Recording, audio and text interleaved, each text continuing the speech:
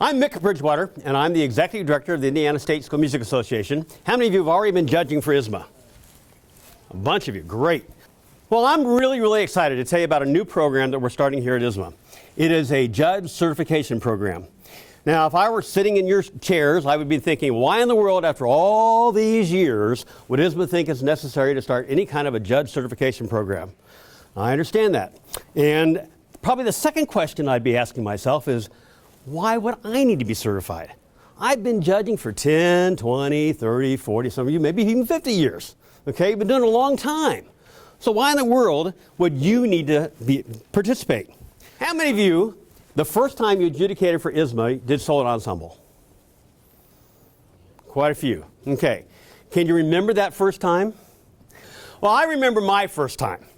And, you know, it was back in the early 70s. Got a phone call from Ron Bell, say, hey, Mick, can you come judge solo ensemble? Sure. I've been judging maybe 3 or 4 years. So I didn't have a whole lot of experience, but I didn't know how to say no at that point in my life. So I went over someplace west of Indianapolis. I remember going into the faculty lounge, which smelled like smoke. Some of you know exactly what I'm talking about. And you sit in the room, and I'm looking around the room going, man, all these people are really old. Of course, now I can identify with all those people. And in reality, they probably in their 40s. Okay? But at that point in my life, they were old. And it's not that that was a negative, but it was intimidating. I was intimidated by the experience that was in the room. And that's a good thing. And I think that's still the case. But it doesn't mean that I was out of place, although I might have felt out of place. I did still have some things to offer. Well, we go through the judge briefing. At that point, it was a cassette tape. Remember those days? Okay? Yeah, somebody push play and you listen to the cassette tape. So then meet my judge secretary, go off to my room. Sit down at my judge's desk, and I was judging group 4 and 5 girls. And in the early 70s, like 50% of the girls that came in sang Tomorrow from Annie. I mean, it was an exciting day. But anyway, I remember filling out the judge evaluation, the score sheet. And so what I did, I'd listen to the singer. Okay, now she's done. Now I go through, check mark, check mark, check mark, check mark, check mark. Oh, I already knew. Well, I pretty much had already decided whether the person was going to get gold or silver, right? So now I go through and do my check marks. Now, got to check my math. Does that match the number I need for it to be a gold or a silver? Okay. Then if it matches, life is good. So then I'll put something down at the bottom. Keep singing. Oh, some people know what I'm talking about. Okay. And, and I did that for 40, 50 kids and went on. And that was pretty much my first time judging experience. Unfortunately, we do still get some fan mail at the office. And I do every once in a while see score sheets that look very similar to the ones I did my first experience judging. And so we do think it's important that we work to improve what we're doing to provide the best assessments possible. So I think the first thing we have to do is take a look at the mission of the Indiana State School Music Association. Our mission is to provide educationally evaluated music performance activities for the students and teachers of the state of Indiana. Now, this mission has served us very well. But we think we need to clarify a little bit exactly who it is we serve and what we do. So we have proposed a new ISSMA mission. And you'll see the difference here is that we're still evaluating music performances instead of activities as opportunities, okay? And for students and teachers of school music ensembles of member schools. That's the truth, okay? That's really who we're serving. Make sense to everybody? I know you guys have had probably piano students that come up and said, oh, why can't I do solo ensemble because I'm not in an ensemble? Well, because that's what our mission really is, all right? And then, certainly in today's world, we know all the reform movements are out there, and there's very little emphasis on music education. Now, hopefully the new federal legislation will help that. But there's still a lot of work to be done on our part. And so we think it's important that ISSMA takes an active role in promoting the inclusion of music ensembles as part of the core curriculum. Okay? And I'm thinking that probably didn't become any more evident than with the passing of Public Law 90 in 2011 with the General Assembly. If If you remember that law, I'm sure most of you are probably pretty much aware of it, but there are three basic areas that law covers. Number one, there's 4 rating categories. All teachers are either evaluated as highly effective, improvement necessary, or ineffective. It also said that you have to have an evaluation of every teacher in your school every single year. Okay? And then the third one was it mandated the use of student growth data. How many of you have been dealing with student growth data? Okay, if you're not currently teaching, you may not understand the impact that's had on music educators, but it's huge. Use of student growth data is still a mandate in the law, regardless of what teacher evaluation model you're using. So what happened is that we have teachers that are asked to write student learning objectives, commonly referred to as SLOs. And what those do is, they're people that do that are the people that are in non-growth areas. Music is one of those. Now, what do we mean by a non-growth area? It's not tested on ISTEP. But student learning objectives, the idea is to identify specific achievement goals and then collect data to document student progress. Lots of teachers were using, or still are using, ISSMA events, ISSMA rubrics to help provide some of that student growth data. We've encouraged people not to use like the gold, silver, bronze rating as a single data point, but to use comments, points as part of student growth data. Okay? The positive is that student growth data has become a reason for a lot of people to participate in our events. We have seen participation increase. And I think it's partly because of student growth data. That may be one reason. Hopefully it's because people get positive results from participating. But that is part of it. We also made available all of our rubrics on our website. And so in the director's area only, on the director's only area, you can actually get online and submit a request to use those rubrics. And I push a button and say it's approved. And because it's all copyrighted material, and then you can print them and use them for your class. Lots and lots of teachers are having students self-evaluate concerts and stuff using our rubrics, which is great. So with this curricular focus to what our mission is all about, it really increases our responsibility to provide assessments that are both reliable and valid. One of the big problems right now with ISTEP and all the questions is it really a valid test? Okay? And so the Department of Ed is struggling with that, the legislature is struggling with that, but we want to make sure that what we're doing is we're providing assessments that are reliable and valid. Now, what do we mean by a reliable assessment? A reliable assessment is consistent and would demonstrate a high degree of interjudge reliability. Now, we have to be honest. We are judging an art form, okay? The chances of us always having 3 judges sitting in a panel, listening to a performance, and always end up with the same rating, it's just not going to happen. It's going to happen sometimes, but that's not the expectation. The nice thing is our system is built on a 2 out of 3. And so we would hope that we get 2 judges out of the 3 that are in agreement. And to be real honest, over 90% of the time, that's exactly what happens. So in our minds, we think we do have pretty good interjudge reliability. The second part is what makes an assessment valid. The validity of assessment has to do with the construction. It has to do with the content and the criteria that's on that assessment tool. The other part of it is how effective are the people at using that tool. That's what validity is all about. So, you still asking why in the world would you want to be certified? Okay? Hopefully you're starting to get and understand why we think it's important to increase the amount of training that we're providing to our adjudicators. You may also be asking yourself, what the heck's it going to cost me? How much money does this want from me now? The good thing is we don't want a penny from you.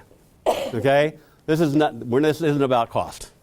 It will cost you a little bit of time, but we hope the benefits would be way beyond what the time investment would be. What's important to note is that certified adjudicators, we believe, will be recognized as expert adjudicators of student music performances. The additional training will provide that to them. They'll be able to give a more effective or more effectively use the adjudication tools to provide a more formative assessment. How many of you know what a formative assessment is?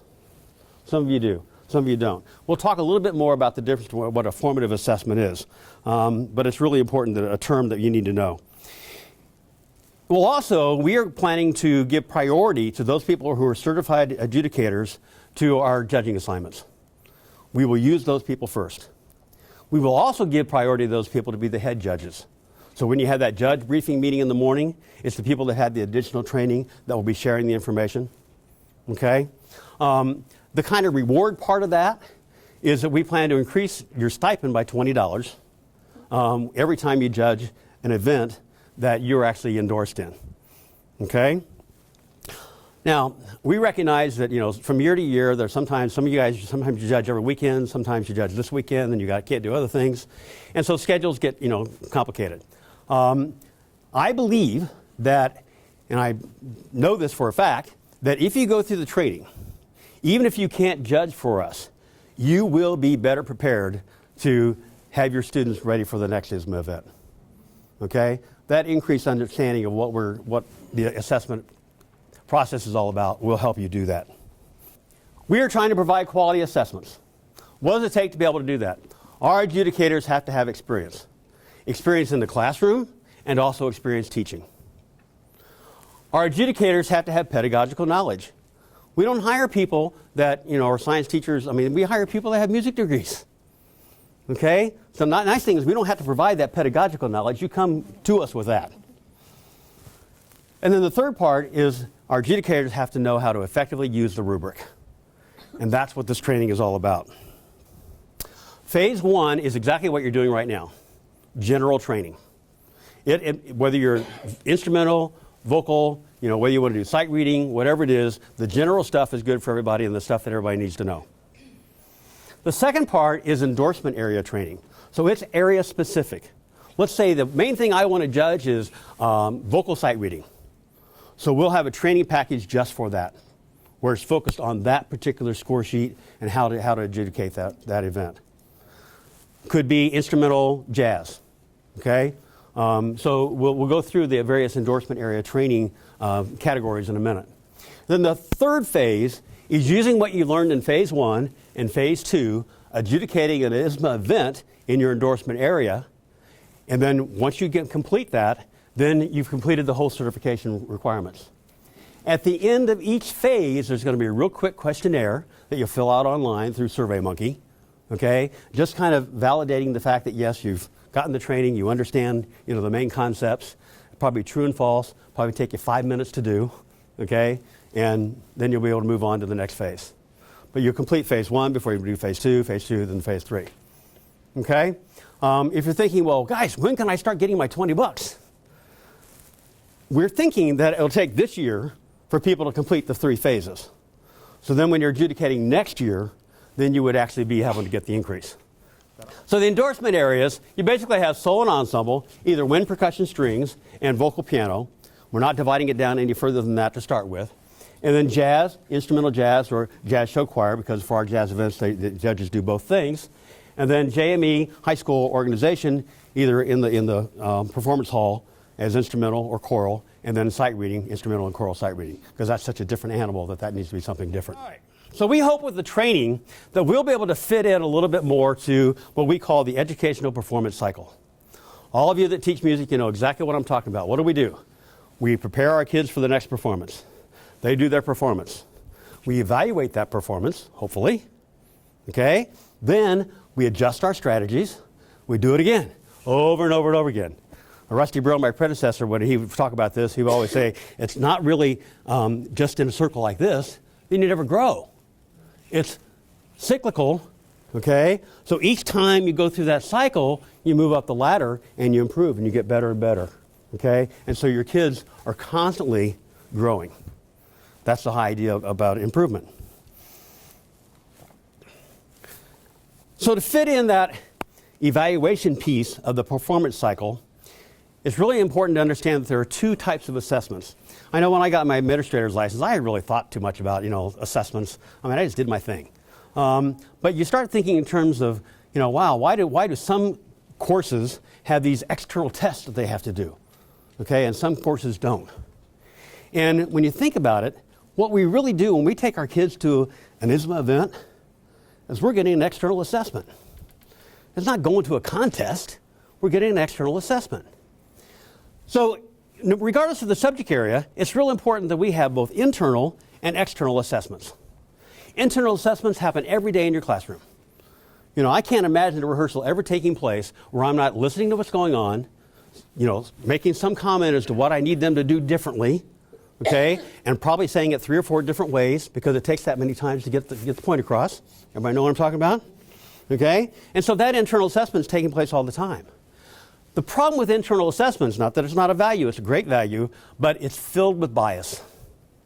Because you know, if I know that my tenor section, half those tenors were suspended last week, and so when I was introducing the piece and I was going through the rhythms, they didn't get it, then if they get improvement, my satisfaction with the small improvement is going to be biased based on what I know about them.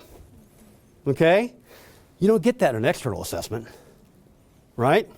And so it's important if you really, what? No, you don't. So it's important if we're really going to evaluate where we are, where the students have progressed, is to have that external assessment. And that's what ISSMA is all about. It's extending that classroom beyond. Okay, I said when I get my administrator's license, these are the terms that to be honest, I never even thought about. Summative, informative, what the heck is that all about? But once again, how does it relate to music?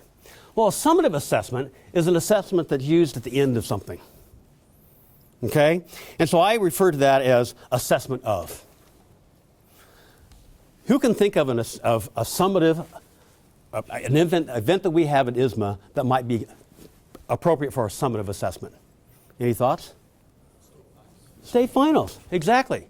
State finals would be, you know, a summative, it's the end. We only have 3 state competitions. Of the, you know, almost 200 events that we host, only 3. All the rest of them, we hope to provide formative assessments. A formative assessment is an assessment that informs instruction. It happens while the teaching and learning is taking place. Okay? And so we think of that as assessment 2. Assessment to inform. If we're going to provide formative assessments, then it's really, really important that everybody understands the 3 C's. Now, 3 C's, this is not unique to ISSMA. I'm sure Iowa talks about the 3 C's. I'm sure that, you know, most every organization like ours talks about the 3 C's of adjudication. The first C is compliment. We have to find something positive to say. Hopefully it's not just you like your shoes. Okay? But we need to do that. Second, sure, we're going to criticize. We're going to look for mistakes. We're going to, you know, find things that we need to talk about. But then the third piece is correct. We have to set a course for improvement. We have to tell them what they need to do differently so they can improve. That's what a formative assessment is all about. That's how we inform instruction. If you watch reality TV, you know, all about, you know, somebody sings, hold up a number. Is that educational? No. That's not educational at all. And you know what? If a judge sits there, a judge like I did that first time I judged, and just puts check marks, and I don't say anything, I don't relate anything to anything, okay? It's not educational either. So it's important that you understand in ISSMA that we have 2 types of assessment tools. We have a criterion reference score sheet and a traditional score sheet.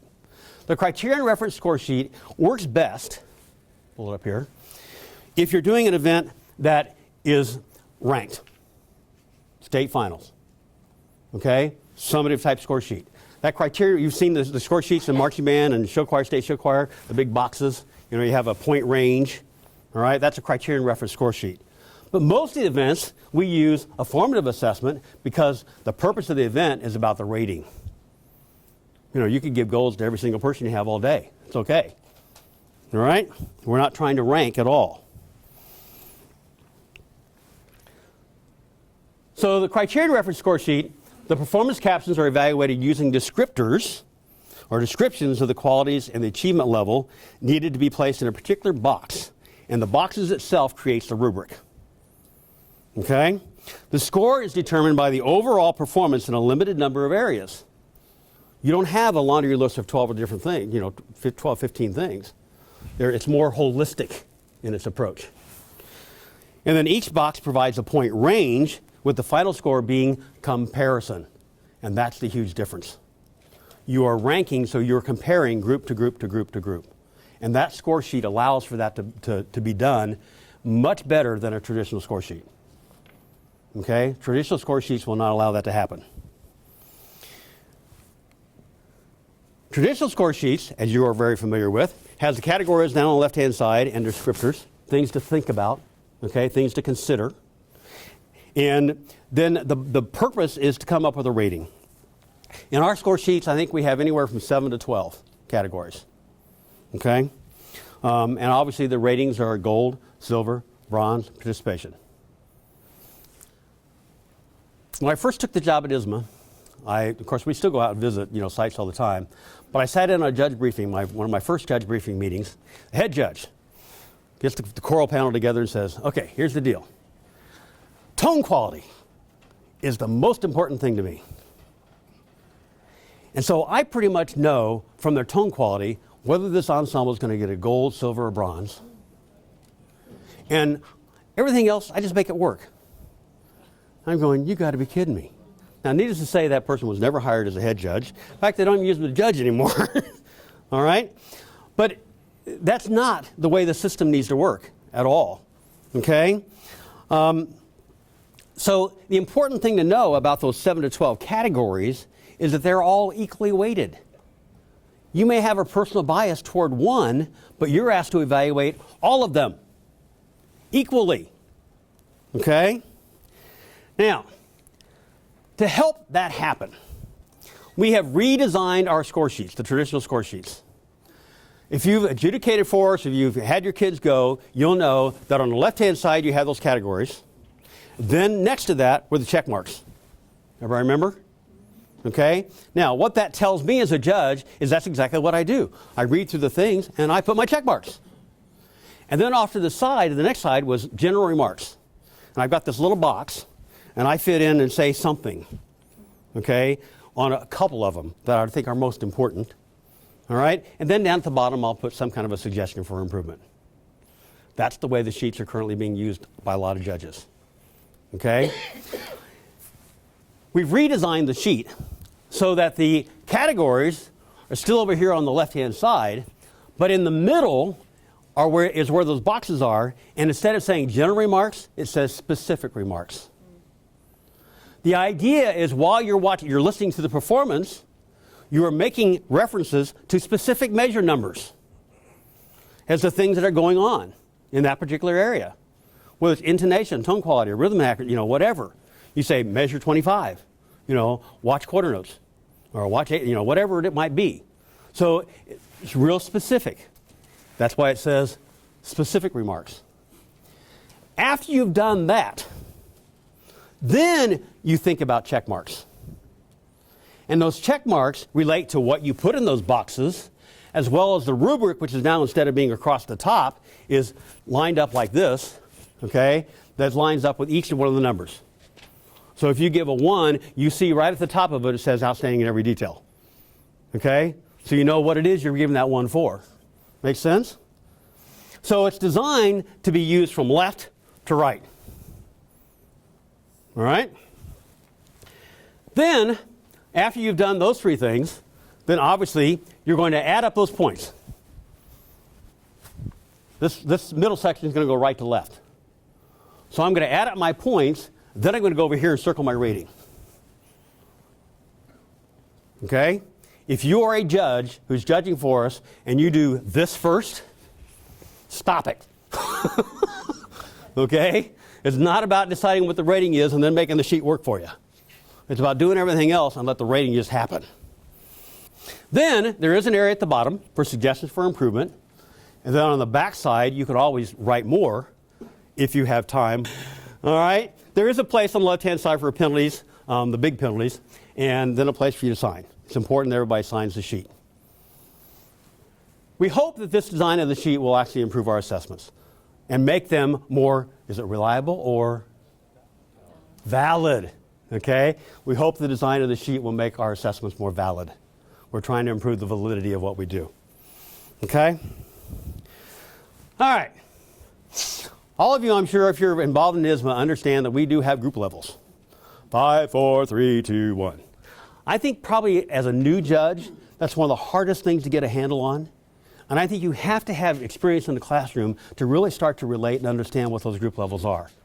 But I think this chart may help you a little bit. When you think of group 5 are for beginners. It's the first time they've ever entered an ISSMA event. Okay? They're performing easy music.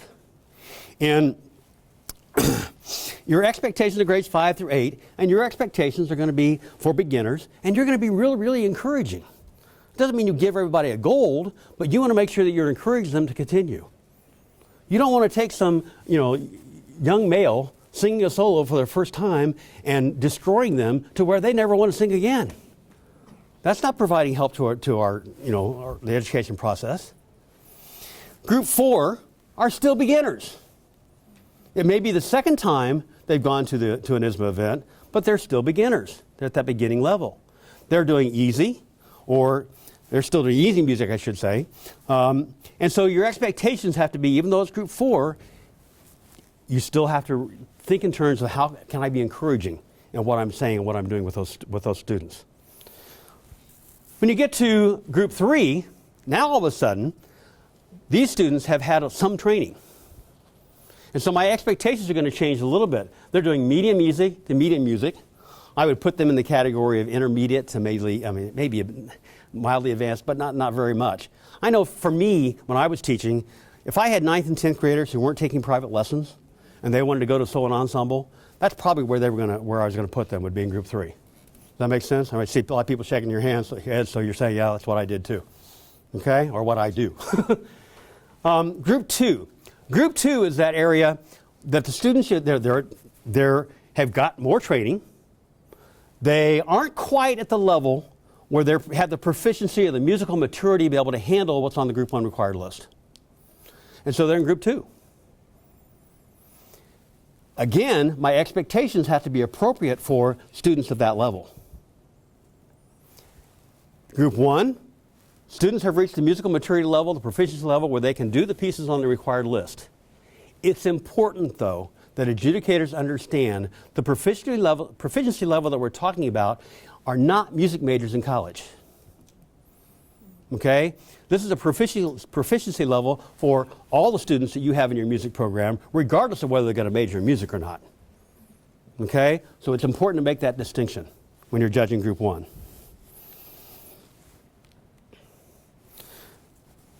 Okay. Anytime you're evaluating anything, you're sitting there evaluating me right now, okay? We start with an impression. You have an impression of what Mick Bridgewater's like. If you're going to go buy a new car, you have an impression, okay? We start with an impression. When you're evaluating, you're adjudicating an ISSMA event, you start with an impression. Even though I told you I don't want you to circle that gold, silver, bronze, that's going to go in your mind. It's there. You're already thinking, okay? Now, it's important for the adjudicator to understand that it is there, but you can't stop there. You have to move beyond that. That's why we provide an assessment tool, and that's why we use people that have education, have pedagogical knowledge, okay, to move beyond that impression. Parents, it's all impression, all right? Inexperienced adjudicators, often it's all impression. My first time judging, all impression. All right? So we move from impression to analysis. We use the tool to do that. And then finally, we do comparison. If it's a summative event, that comparison piece is against other groups. But for most of our ISSMA events, we're using a formative assessment, and that comparison is against the standard for that group level and the rubric. Now, you have to make adjustments in that rubric based on the group level of the kids. What's outstanding in every detail for someone in Group 1 is not going to be the same for someone in Group 4. And that takes a little bit of experience. Okay? And I hope that when we get into the actual endorsement area training, which Scott will be doing the choral portion and Mark will be doing the instrumental portion, that we'll talk a little bit more about specifically in the various areas, is what you want to be thinking about and listening for in, like say, tone quality in comparison to a group 4 and a group 1. Okay? While you're doing all this, because everything's so easy, you also have to be aware that achievement is really that balance point between the what and the how. What do we mean by what? What's the repertoire they're performing? Okay? It's the music that's either they've chosen or been chosen for them. The how is how well they're doing it. What kind of skills are they able to demonstrate while they're performing it? How many of you had singers or instrumentalists that you've adjudicated that they're playing something too hard? It's way over their head. It's hard to evaluate. Okay? And you can't reward achievement. You don't give them brownie points because they're trying something that's too hard. The same thing's true the other way. If they're capable of doing more, then you're not going to reward achievement because they're doing something that's super easy. Whether it's a solo or an ensemble, or a choir or band or orchestra. All right, some additional things to think about when you're adjudicating. Now I know I never make mistakes, ha ha ha. I go through more erasers than I go through pencils. Okay? So I'm the king of erasing. But when I'm adjudicating, I try really hard not to ever erase. Because you know what? It's always interpreted wrong. If I'm going through and I've put my check marks and I go through and erase, what immediately are the parent or the kids or the director thinking? I'm trying to adjust my check marks to match my impression of the rating I wanted to give. Okay? Now, I'll be honest. If you're using the sheet the way I've asked you to use it, where you're putting those specific remarks, and you're putting check marks based on what you wrote there and what you have up here, there really shouldn't be any need to erase. It shouldn't happen. But if for some reason you have to erase, please initial it. So there's no question as to who actually did the erasing. The written comments, recorded commentary, should always be student directed. Now you may have something that you want to say to a director. We typically provide extra pieces of paper. Head judge has them or somebody has them laying around. You can write that out, get it to a runner, or take it to the headquarters, and they'll get it in the packet for the director. But you don't want to embarrass directors. You don't want to put the directors in an awkward position where you've written something on a score sheet or you've said something on a recording that is really inappropriate for the kids to hear. Make sense? Copyright. Copyright is a nightmare right now. Okay? Now, ISSMA has been leading the charge about copyright law for a long time. We've been trying to get everybody on board to understand just what it's all about. We can't provide, the fan network's not there anymore because of copyright law. Okay? If you're in your classroom and you're duplicating music and passing out to your kids, you're making a huge mistake.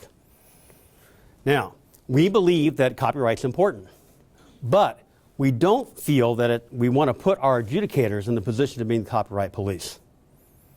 So you may have someone come up to you, present a piece of music to you that's obviously photocopied, but you don't know for sure if it's photocopied because they could have gotten it off a website that they actually purchased it for real or it's public domain or whatever. Okay? So you don't say anything to the kids. You write a little note off to the side, and at the end of the event, make sure the contest person, the host, has that information. They will then let us know. We'll investigate with the teacher and find out whether they really are. And if that's the case, then we'll send letters to principals, whatever we need to do. But we'll be the copyright police rather than you. You're the reporter. Make sense? All right. Releasing the scores. ISSMA has a policy, and has a policy for a long, long, long time, that the only thing that we release publicly are division ratings. We do not release scores. So it's real important that our judges understand that the disclosure of scores, placings, or results other than division ratings is strictly prohibited. You do not go there. Never, ever, ever should you be the person distributing. You'll go out to the hallway and say, hey man, I gave that group a 10. Don't do that. Okay? All right. How many of you judged an organization event? Okay, lots of you. So you've seen these little gizmos, right? Now I think most of you are probably pretty aware with the operation of a digital recorder by now, but just as a quick refresher, okay? The important thing to know is that there's only 2 or 3 buttons that we ever use on this thing. We don't want you playing around figuring out other things it can do. Not the time to, to explore. All right? So, on the side, there's a button that says power. And to turn it on, you slide it down. You hold it down for a second. And it lights up and goes, Sony! Okay? Then you know you got it on. Then, when you're ready to, introduce yourself, and we actually have a script that we give you, say, make sure you're, saying your name, say the name of the group, the ensemble, director's name, we have an actual written out what we want you to say. And I guess it's up here. School name, type of ensemble, group level, director name, event, your name. Okay? That's really, really important. Because if for some reason it doesn't get in the right folder, we can sort it through and get it in the right place. Okay? So, I'm ready to introduce myself.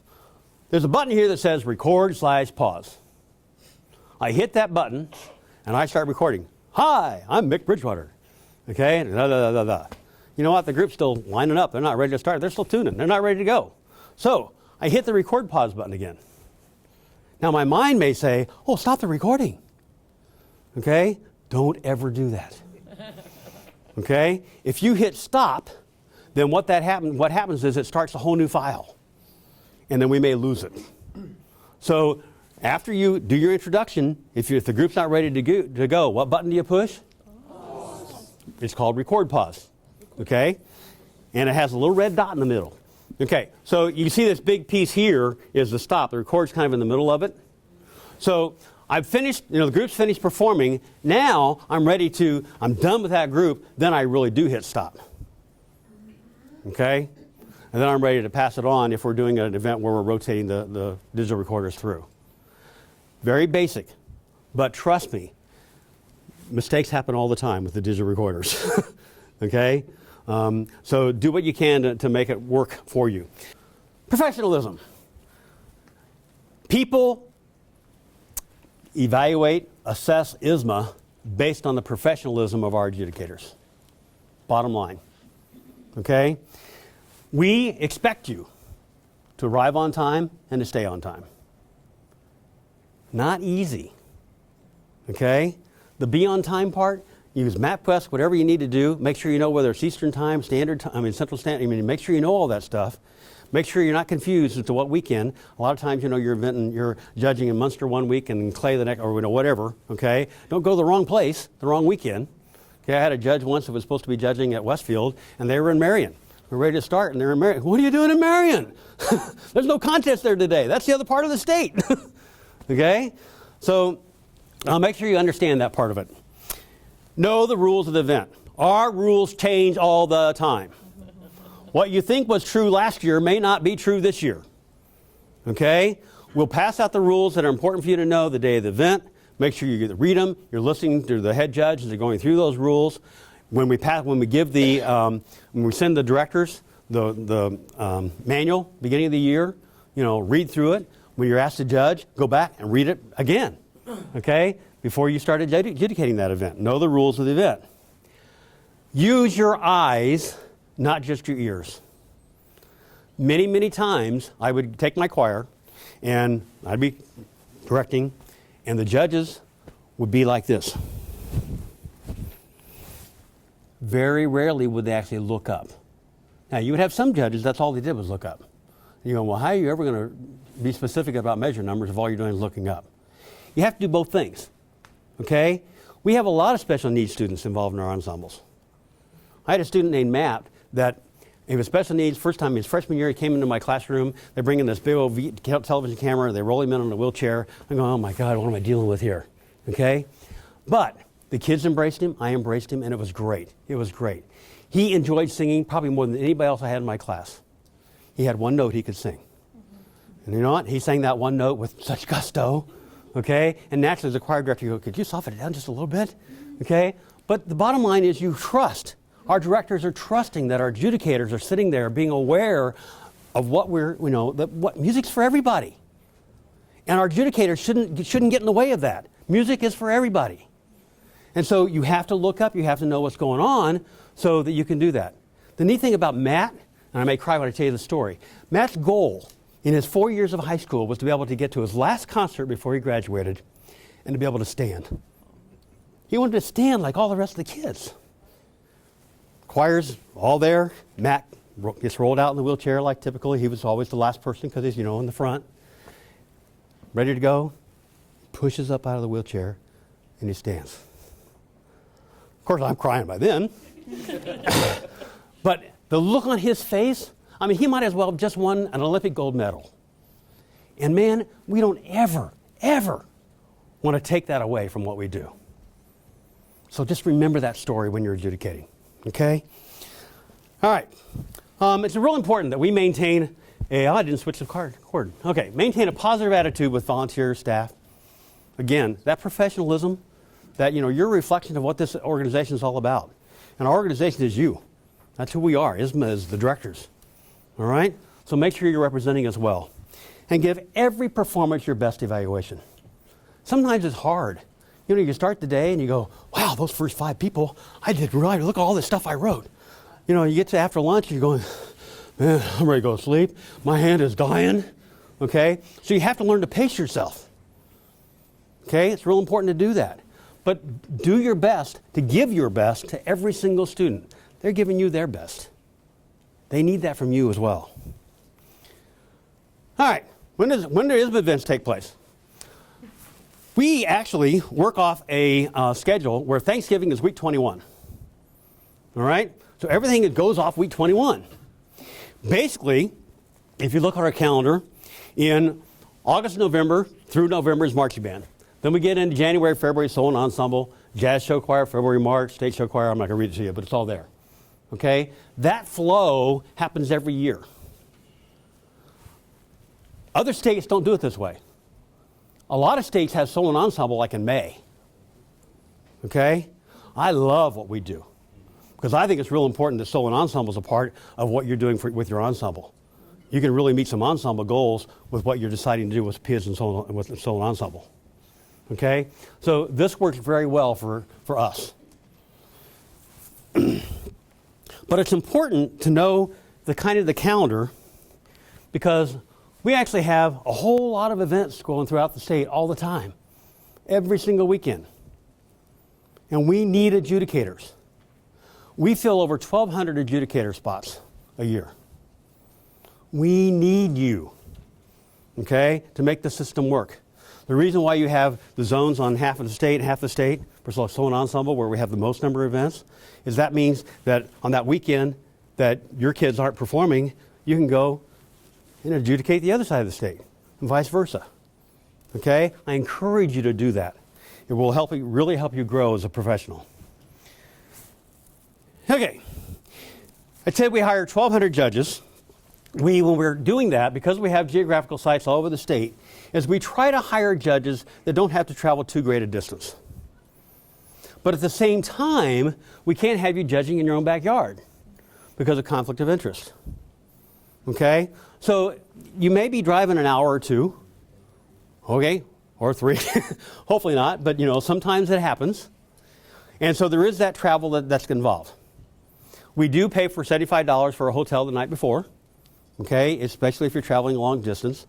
We would appreciate it if you wouldn't try to charge us for a hotel if you're going, to the town next, an hour away or a half hour away. But certainly, the days start early. Judge meetings at 7:30. It's a long day, and so if you need a good night's sleep the night before, get a hotel room the night before. Okay, make the travel time the day before. The other thing that's important to know is that when we're hiring our adjudicators, we're deciding or assigning our adjudicators, is that we try to do a 3-year rotation. So I know that, I think Bill was telling me, I'm going back to Munster again. It seems like I go every 2 or 3 years. Probably true. Okay? Because where he's located, it makes sense for him to go over there. But as Scott's learning, we can't send him back there, every single year. So we try to do it so that the kids aren't seeing the same faces, all the time. So that's why that rotation happens. I'll be honest, I get some judges that call me up and say, well, I want to judge, but I only want to judge here. And we can't use them. But maybe every 3 years. Okay? And then they call me up and go, well, how come you didn't use me? Well, you said you can only judge at this particular place. And I can't send you back there every single year. All right? So understand that part of the process. We hire judges, or we assign judges, based on what you tell us when you're available. We send out a form, we let you know that you can do this in the fall. If you don't let us know you're available, you probably won't get asked to adjudicate. So if you're finding yourself, oh, I haven't been asked to adjudicate for ISSMA for a long time, the first question, stand in front of a mirror and say, did I ever turn in my availability form? Because most of the time you didn't. Okay? So make sure you do that. The other part of it is, please, if you tell us you're available, we're trusting you are available. So once you say that I'm available, then put it in your calendar. Expect to get a phone call or an email from us asking you to judge. You may not, but at least have that date set aside so if we do need you, that you're still available. Now, if for some reason something comes up and there's a change, send us an email. Let us know. Okay? Believe me, that's going to make Scott and Mark's jobs a whole lot easier when they're assigning judges. So, most of you are familiar with www.issma.net. It's important that all adjudicators understand where you can find the resources you need. If you're going to enter an ISSMA event, you go to that website. If you want to check the calendar, you go to that website. Now, last year was the first year we started scheduling all the organization events, jazz events, in our office. And so all of those schedules are now posted online. So if you're asked to judge at, jazz at Snyder High School, okay, which they don't do anymore, but if you were, all right, you could actually go online and see, the actual performance schedule of the day. The only exception to that rule is solo and ensemble. Too many pages, okay, and it's huge. All right, where you put your judge availability form is www.issma/judging. The new website that just became live last week, and we'll be putting more information, in fact, this session will be on there, is www.issmaacademy.net. That's where we hope to have all of our training resources for our adjudicators. We hope to, do some interviews, some things that we can do to kind of help directors. We don't know where it's going to go. This is just the beginning stage. So if you have thoughts or suggestions as to what we might do, how can we make that even more user-friendly and what we can do on that website to help everybody, please let us know, because it is very much a work in progress. Okay?